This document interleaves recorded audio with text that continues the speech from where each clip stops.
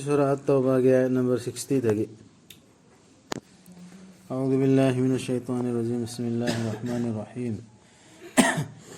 إنما الصدقات للفقراء والمساكين والعاملين عليها والمؤلفة قلوبهم وفي الرقاب والغارمين وفي سبيل الله وابن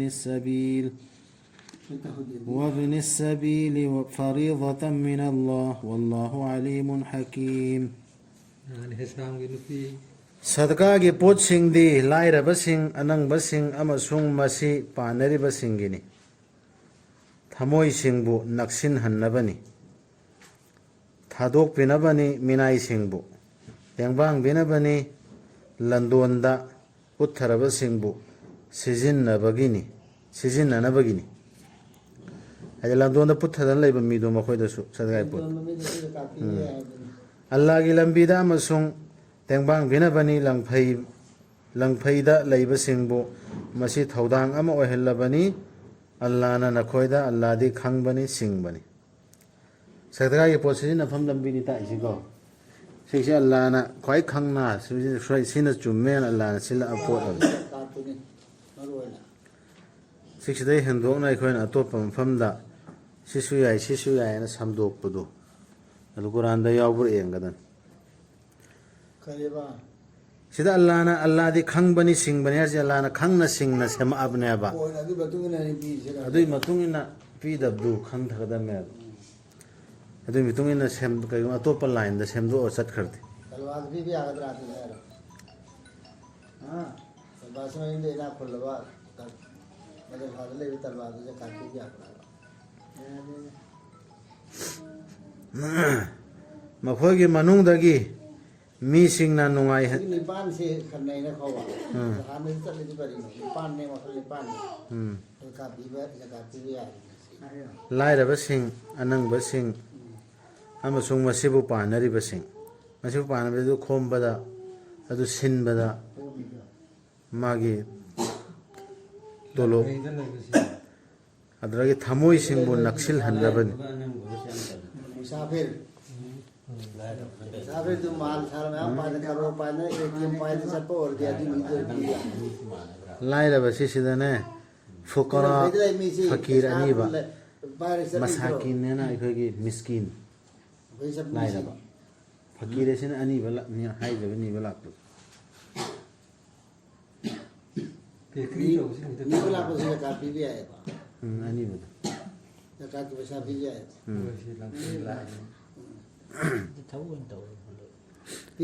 لمبی دا زرد لاک پکان دا کنا امم لاکنا لمم تھا دو امم لائے مون دا آوات پا لے رہے مون دا پی بھی آئے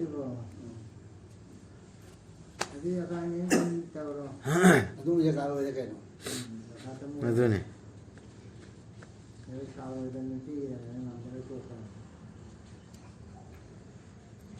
مخوی کی منونگ دگی می سنگ نا نونگائی ہندے نبی بو مخوی نا ہائی ما دی ناکونگ آکتنی یم تاہی با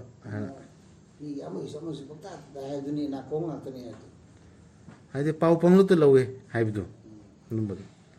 ہائیو افبا ناکونگ نی نکھوئی گی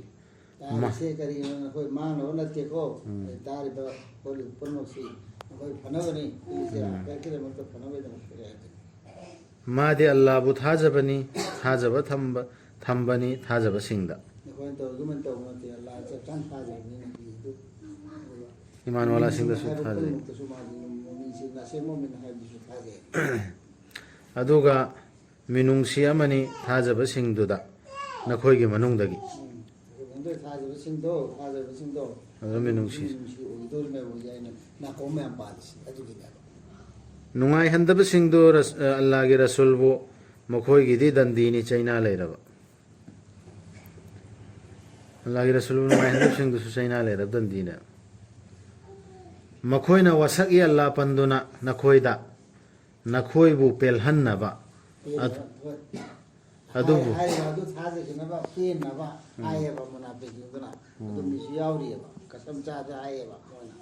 ادو أين فلان ده لاك تبدو نترى ده لاك تبدو جادو إني هذا إني أين هذا تورد ده ꯐꯅꯕ ꯇꯧꯈ꯭ꯔꯤꯅꯦꯅ ꯄꯦꯟꯅꯕ ꯃꯃꯤꯡꯁꯤꯡꯗ ꯍꯥꯏꯌꯦꯕ ꯑꯗꯨꯅꯤ ꯍꯥꯏꯁꯤ ꯋꯥꯜꯂꯥꯍꯨ ꯑꯗꯨ ꯄꯦꯟꯅꯕ ꯍꯥꯏꯁꯤ ꯃꯈꯣꯏꯅ ꯍꯥꯏꯕꯗꯨ ꯂꯥꯜꯂꯦꯕ ꯋꯥꯜꯂꯥꯍꯨ ꯔꯁꯨꯂꯨꯍꯨ ꯑꯍꯛꯀꯨ ꯑꯟ ꯌꯨꯔꯖꯎ ꯄꯦꯟꯅꯕ ꯍꯥꯏꯒꯗꯕꯁꯤꯗꯤ ꯑꯜꯂꯥꯍ ꯑꯃꯁꯨꯡ ꯔꯁꯨꯜꯗ ꯄꯦꯟꯅꯕ ꯊꯕꯛ ꯇꯧꯒꯗꯕꯅꯦꯕ ꯃꯃꯤꯡ ꯄꯦꯟꯅꯕ ꯍꯥꯏꯅ ꯑꯩꯈꯣꯏꯅ ꯅꯆꯤꯟ ꯊꯤꯖꯤꯜꯂꯤꯗꯣ ꯌꯥꯔꯣꯏ ꯑꯗꯨꯕꯨ ꯑꯜꯂꯥ ꯑꯃꯁꯨꯡ ꯃꯥꯒꯤ ꯔꯁꯨꯜꯅ ꯍꯦꯟꯅ ꯍꯛ ꯂꯩꯕꯅꯤ ꯄꯦꯜꯍꯟꯅꯕꯒꯤꯗꯃꯛꯇꯤ ꯑꯜꯂꯥꯍ ꯄꯦꯜꯍꯟꯅꯕ ꯇꯧꯒꯗꯕꯅꯦꯕ ꯃꯈꯣꯏꯅ ꯑꯣꯏꯕ ꯇꯥꯔꯕꯗꯤ ꯊꯥꯖꯔꯕꯁꯤꯡ ꯃꯤ ꯌꯥꯅꯕ ꯆꯠꯄꯗꯨ ꯅꯠꯇꯦꯕ ꯁ꯭ꯄꯦꯂꯤꯡ ꯑꯁꯤ ꯈꯪꯗꯕ꯭ꯔꯥ ꯃꯈꯣꯏꯅ ꯃꯗꯨꯗꯤ ꯀꯅꯥꯒꯨꯝꯕꯅ ꯂꯦꯞꯂꯕꯗꯤ ꯑꯜꯂꯥꯍ ꯑꯃꯁꯨꯡ ꯃꯥꯒꯤ ꯔꯁꯨꯜꯒꯤ ꯃꯥꯌꯣꯛꯇ ꯑꯗꯨ ꯑꯣꯏꯔꯕꯗꯤ ꯃꯥꯒꯤꯗꯤ ꯖꯍꯟꯅꯝꯒꯤ ꯃꯩꯅꯤ ꯃꯇꯝ ꯆꯨꯞꯄꯒꯤ ꯑꯣꯏꯅ ꯂꯩꯔꯒꯗꯕ ꯃꯗꯨꯗ ꯃꯗꯨ ꯆꯥꯎꯅ ꯆꯣꯞꯄꯅꯤ ꯑꯗꯨ ꯑꯣꯏꯔꯗꯤ ꯆꯣꯞꯄ ꯍꯥꯏꯕ ꯂꯣꯏꯔꯦ ꯑꯗꯨꯗꯤ ꯈꯪꯍꯧꯔꯣꯏ ꯑꯜꯂꯥꯍ ꯑꯃꯁꯨꯡ ꯔꯁꯨꯜꯒꯤ ꯃꯥꯌꯣꯛꯇ ꯂꯩꯕꯗꯤ ꯌꯥꯝ ꯗꯦꯟꯖꯔꯅꯤ ꯁꯤ ꯆꯣꯞꯄꯗꯗꯤ ꯅꯠꯇ꯭ꯔꯒ ꯗꯨꯅꯤꯌꯥꯁꯤꯗ ꯆꯣꯞꯄ ꯅꯪꯗꯣꯔꯤ ꯁꯤꯒꯤꯁꯤꯅꯤ ꯂꯩꯅꯈ꯭ꯔꯤꯁꯤ ꯍꯧꯖꯤꯛ ꯑꯌꯥꯝꯕꯅ ꯀꯤꯕ ꯄꯣꯛꯂꯤ ꯇꯥꯠ ꯇꯧꯕꯁꯤꯡꯗꯨꯅ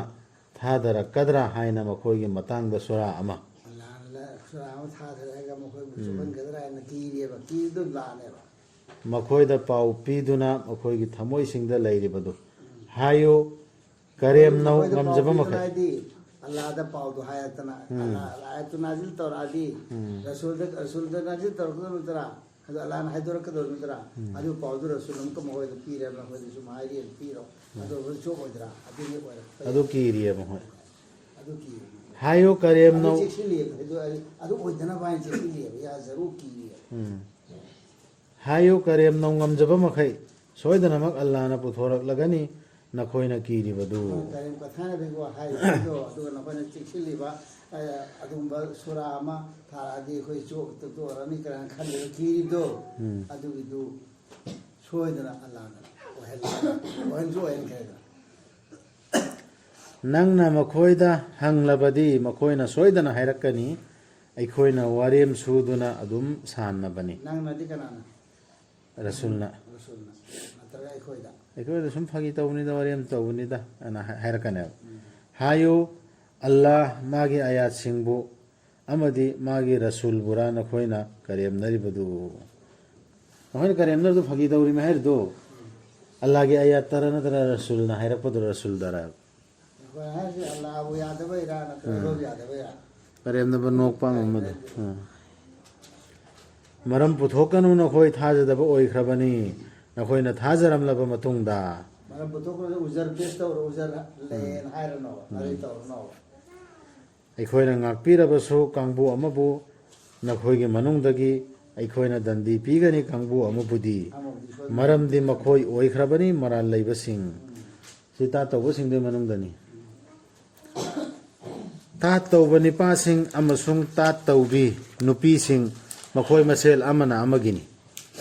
ꯃꯨꯅꯥꯐꯤꯛ ꯅꯨꯄꯤ ꯃꯨꯅꯥꯐꯛ ꯅꯤꯄꯥꯁꯦ ꯃꯈꯣꯏ ꯃꯁꯦꯜ ꯑꯃꯅ ꯑꯃꯒꯤꯅꯦꯕ ꯃꯈꯣꯏꯅ ꯏꯟꯁꯜꯂꯤ ꯐꯠꯇꯕ ꯇꯧꯅꯕ ꯑꯃꯁꯨꯡ ꯊꯤꯡꯉꯤ ꯑꯆꯨꯝꯕꯕꯨꯅ ꯑꯗꯨꯒ ꯃꯈꯨꯠ ꯀꯣꯟꯁꯤꯜꯂꯤ ꯈꯔꯆ ꯇꯧꯅꯤꯡꯗꯗꯨꯅ ꯀꯥꯎꯊꯣꯛꯈ꯭ꯔꯦ ꯃꯈꯣꯏꯅ ꯑꯜꯂꯥꯍꯕꯨ ꯑꯗꯨꯒ ꯀꯥꯎꯊꯣꯛꯂꯦ ꯑꯜꯂꯥꯍꯅꯁꯨ ꯃꯈꯣꯏꯕꯨ ꯇꯁꯦꯡꯅꯃꯛ ꯇꯥꯠ ꯇꯧꯕꯁꯤꯡꯗꯨ ꯃꯈꯣꯏꯗꯨ ꯁꯤꯡꯅꯕꯒ ꯂꯣꯏꯅꯅ ꯍꯥꯏꯕ ꯏꯟꯗꯕꯁꯤꯡꯅꯤ ꯋꯥꯗꯥ ꯇꯧꯕꯤꯔꯦ ꯑꯜꯂꯥꯍꯅ ꯇꯥꯠ ꯇꯧꯕ ꯅꯤꯄꯥꯁꯤꯡꯗ ꯇꯥꯠ ꯇꯧꯕꯤ ꯅꯨꯄꯤꯁꯤꯡꯗ ꯑꯃꯁꯨꯡ ꯊꯥꯖꯗꯕꯁꯤꯡꯗ ꯖꯍꯟꯅꯝꯒꯤ ꯃꯩ ꯃꯈꯣꯏ ꯃꯇꯝ ꯆꯨꯞꯄ ꯂꯩꯔꯒꯗꯕꯅꯤ ꯃꯗꯨꯗ ꯑꯗꯨꯅ ꯃꯇꯤꯛ ꯑꯣꯛꯂꯕꯅꯤ ꯃꯈꯣꯏꯒꯤꯗꯃꯛ ꯁꯥꯞ ꯇꯧꯔꯕꯅꯤ ꯃꯈꯣꯏꯕꯨ ꯑꯜꯂꯥꯍꯅ ꯃꯈꯣꯏꯒꯤꯗꯤ ꯗꯟꯗꯤꯅꯤ ꯁꯥꯡꯅ ꯆꯠꯂꯒꯗꯕ ꯑꯜꯂꯥꯍꯕꯨ ꯊꯥꯖꯔꯁꯨ ꯑꯜꯂꯥꯍꯕꯨ ꯊꯥꯖꯔꯁꯨ ꯃꯨꯅꯥꯐꯤꯛ ꯑꯣꯏꯈ꯭ꯔꯗꯤ ꯊꯥꯖꯕ ꯑꯣꯏꯔꯦ ꯀꯥꯐꯤꯔ ꯑꯣꯏꯔꯦ ꯊꯥꯖꯗꯕ ꯅꯈꯣꯏꯗꯤ ꯅꯈꯣꯏꯒꯤ ꯅꯃꯥꯡꯒꯤꯁꯤꯡ ꯑꯗꯨꯒꯨꯝꯕꯅꯤ ꯑꯗꯨꯕꯨ ꯃꯈꯣꯏꯅꯗꯤ ꯌꯥꯝꯅ ꯍꯦꯟꯈ꯭ꯔꯦ ꯅꯈꯣꯏꯗꯒꯤ ꯁꯛꯇꯤꯗ ꯃꯆꯥꯛ ꯃꯔꯜ ꯃꯔꯥꯡ ꯀꯥꯏꯕꯗ ꯊꯥꯖꯈꯤꯗꯕ ꯃꯨꯅꯥꯐꯤꯛ ꯑꯣꯏꯕ ꯆꯠꯂꯝꯕ ꯂꯤꯆꯠ ꯃꯃꯥꯁꯤꯡꯗꯣ ꯑꯗꯨꯒꯨꯝꯕꯅꯦꯕ ꯃꯈꯣꯏꯁꯦ ꯑꯗꯨꯕꯨ ꯃꯈꯣꯏꯅꯕꯨ ꯍꯦꯟꯅ ꯀꯜꯂꯤ ꯃꯇꯝꯗ ꯗꯨꯅꯤꯌꯥꯗ ꯗꯨꯅꯤꯌꯥꯗ ꯂꯤꯡꯂꯝꯕꯗꯤ ꯃꯈꯣꯏꯅ ꯍꯦꯜꯂꯤꯉꯤ ꯍꯥꯏ ꯃꯆꯥꯛ ꯃꯔꯜ ꯃꯔꯥꯡ ꯀꯥꯏꯕꯗ ꯑꯃꯁꯨꯡ ꯃꯆꯥ ꯃꯁꯤꯡ ꯌꯥꯝꯕꯗ ꯃꯈꯣꯏꯅ ꯍꯦꯜꯂꯦꯕ ꯃꯈꯣꯏꯅ ꯂꯧꯖꯈ꯭ꯔꯦ ꯃꯈꯣꯏꯒꯤ ꯁꯔꯨꯛ ꯑꯗꯨꯒ ꯅꯈꯣꯏꯁꯨ ꯐꯪꯖꯔꯦ ꯅꯈꯣꯏꯒꯤ ꯁꯔꯨꯛ ꯅꯈꯣꯏꯒꯤ ꯃꯥꯡꯒꯤꯁꯤꯡꯅ ꯃꯈꯣꯏꯒꯤ ꯁꯔꯨꯛ ꯐꯪꯖꯈꯤꯕꯒꯨꯝ ꯑꯗꯨ ꯃꯈꯣꯏꯅ ꯍꯦꯜꯂꯤ ꯍꯥꯏꯕꯁꯤ ꯑꯥꯔꯊ ꯀꯔꯤꯅꯣ ꯅꯈꯣꯏꯅ ꯀꯜꯂꯤ ꯊꯧꯔꯦꯅ ꯍꯥꯏꯔꯤꯗꯣ ꯑꯗꯨꯅ ꯀꯜꯂ ꯃꯌꯥꯝꯒ ꯅꯈꯣꯏꯗꯤ ꯀꯔꯤ ꯑꯣꯏꯔꯤ ꯍꯥꯏꯕꯅꯦꯕ ꯅꯈꯣꯏꯅ ꯃꯈꯣꯏꯗ ꯃꯇꯝ ꯂꯦꯜꯂꯤ ꯃꯈꯣꯏꯅ ꯋꯥꯔꯦꯝꯗ ꯃꯇꯝ ꯂꯦꯟꯈꯤꯕꯒꯨꯝ ꯀꯥꯟꯅꯗꯕ ꯑꯣꯏꯈ꯭ꯔꯕꯅꯤ ꯃꯈꯣꯏꯒꯤ ꯊꯕꯛꯁꯤꯡꯗꯨ ꯇꯥꯏꯕꯪꯁꯤꯗ ꯑꯃꯁꯨꯡ ꯑꯥꯈꯦꯔꯠꯇ ꯃꯈꯣꯏꯗꯨꯅꯤ ꯃꯥꯡꯖꯔꯕꯁꯤꯡ ꯍꯥꯏꯕꯗꯨ ꯌꯧꯔꯛꯇ꯭ꯔꯤꯕ꯭ꯔꯥ ꯃꯈꯣꯏꯗ ꯄꯥꯎ ꯃꯈꯣꯏꯒꯤ ꯃꯃꯥꯡꯗ ꯂꯩꯔꯝꯕꯁꯤꯡꯗꯨꯒꯤ ꯅꯨ ꯑꯥꯠ ꯁꯃꯨꯠ ꯑꯃꯁꯨꯡ ꯏꯕ꯭ꯔꯥꯍꯤꯝꯒꯤ ꯃꯤꯁꯤꯡꯒꯤ ꯃꯗꯤꯌꯟꯗ ꯈꯨꯟꯗꯥꯗꯨꯅ ꯂꯩꯔꯝꯕꯁꯤꯡꯒꯤ ꯑꯃꯁꯨꯡ ꯃꯊꯛ ꯃꯈꯥ ꯑꯣꯟꯊꯣꯛꯈ꯭ꯔꯕ ꯁꯍꯔꯁꯤꯡꯗꯨꯒꯤ ꯂꯥꯛꯈꯤꯕꯅꯤ ꯃꯈꯣꯏꯗ ꯃꯈꯣꯏꯒꯤ ꯔꯁꯨꯜꯁꯤꯡ ꯗꯂꯤꯜꯁꯤꯡꯒ ꯂꯣꯏꯅꯅ ꯀꯩꯗꯧꯅꯨꯡꯗꯁꯨ ꯇꯧꯕꯤꯒꯗꯕ ꯅꯠꯇꯦ ꯑꯜꯂꯥꯍꯅ ꯃꯈꯣꯏꯗ ꯑꯔꯥꯟꯕ ꯇꯧꯅꯤ ꯑꯃꯁꯨꯡ ꯃꯈꯣꯏꯅ ꯂꯦꯞꯄ ꯂꯩꯇꯅ ꯃꯁꯥꯗ ꯂꯥꯟꯅ ꯇꯧꯖꯈꯤꯕꯅꯤ ꯃꯈꯣꯏꯗꯨ ꯃꯥꯡꯂꯕꯁꯤꯡꯅꯤ ꯍꯥꯏꯔꯤ ꯈꯥꯁꯤꯔꯨꯟ ꯍꯥꯏꯕꯅ इन्नल इंसान लफी खुसर इंसान जाति इंसान है जाति सी इंसान है अमांग बदल लोई लेगिदना अमांग बदल अदु खुसर है बोय खासिरुन खासिरीन हारे जी कुरान में हम मुझे मोहद मालबनी ना मैं हम है हम क्या यावरी दरा अदु सूर्य करिदा असर कर्म सूर्य वाला असर सूर्य असर दा अदु थबक मरी तौद मिसिंग लोय मांगबनी ना मरी थबक मरी लिस्पीरी दना अदु मांग बदु कराय को नसु तो हायरे दना अदु द मांग बसिंग सि दु कुरान में हम क्या यावरी से सिसु सुमन तौबसिंग मांगम है मैं तौसे रसूल मखोयदा दलील का कोना लाखिदो मखोयना पाउदु फंगा मतुंगदा याकेद्रे दु सिंगनबा लोयना हाइबि इनकिद्रे सिक्सिनि मांगबा फंगे थाजरबा निपासिंग अमसुंग थाजरबि नुपिसिंगदि अमना अमबु सेननबा सिंगनि जे होय सेनरबिरि अंगदबि मखोयना इनसल्लि अफबा तौनबा इखो इनसनबरि अंगदबि अफबा तौनबा थेंगी थेंगी फतबा तौबा अखोय थेंब्रा थेंदब्रा इसा इसा चेक तौरो नमाज पुखली जकात पी अमदी अल्लाह अमसुंग मागी रसूलना हाइबे इल्लिब्रा इंदब्रा हाइबसि यांगो बीबी गनी मखोयदा अल्लाहना मागी मिनुंगसी तसेनमक अल्लाहदि पांगलबनी सिंगबा सिगी सी इसा इसा दे यावब्रे अंगदमे दु मनुंग सिगी अफबा सिंगसि चिंगदा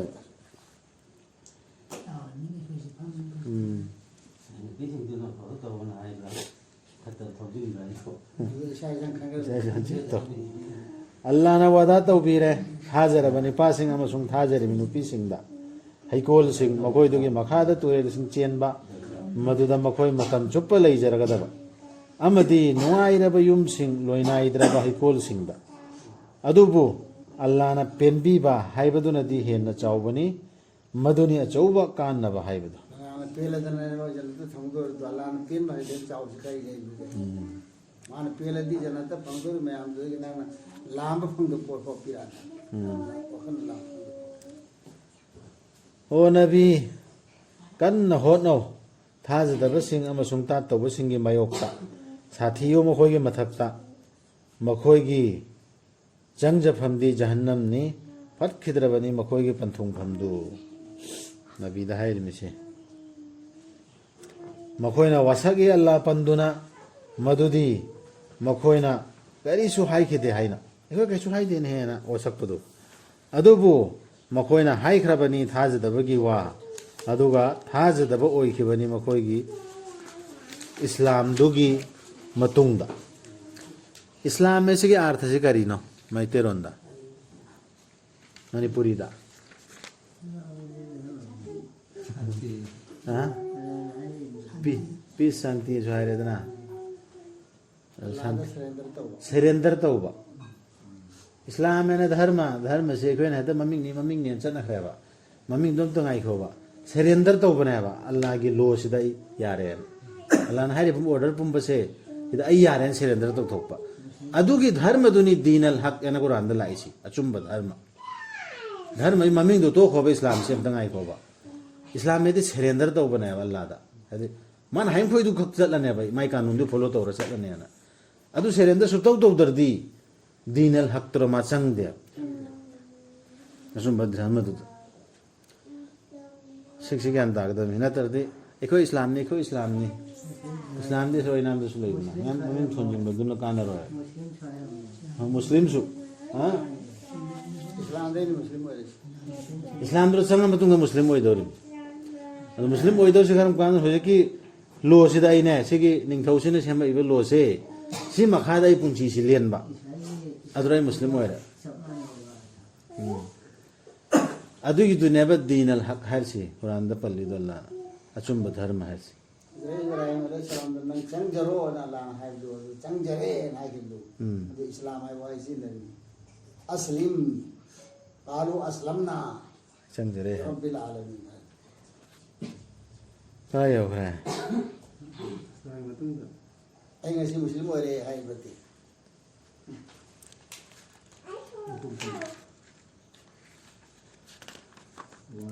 Makoina wasagi Allah panduna madudi makoina ka isu hai kide haina adubu makoina hai khrabani thajadabagi wa aduga thajadaba oi khibani makoi Islam dugi matungda amadi yumte officer ma yum halla panda isat wala makai lo ta to kai lam se le hele munafiq na hai ki bewari yaw le la lam de khala padani hai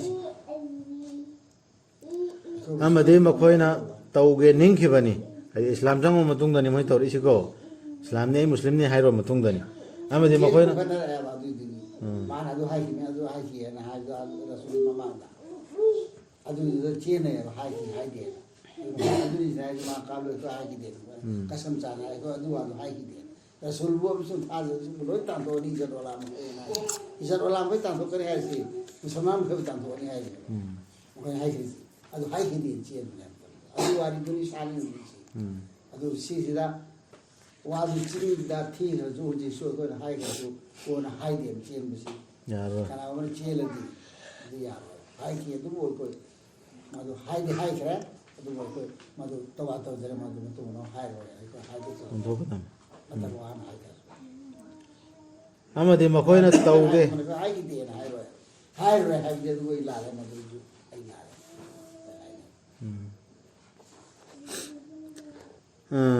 amadi makoina tauge ningkhibani makoina ngamlaroi daba thabakto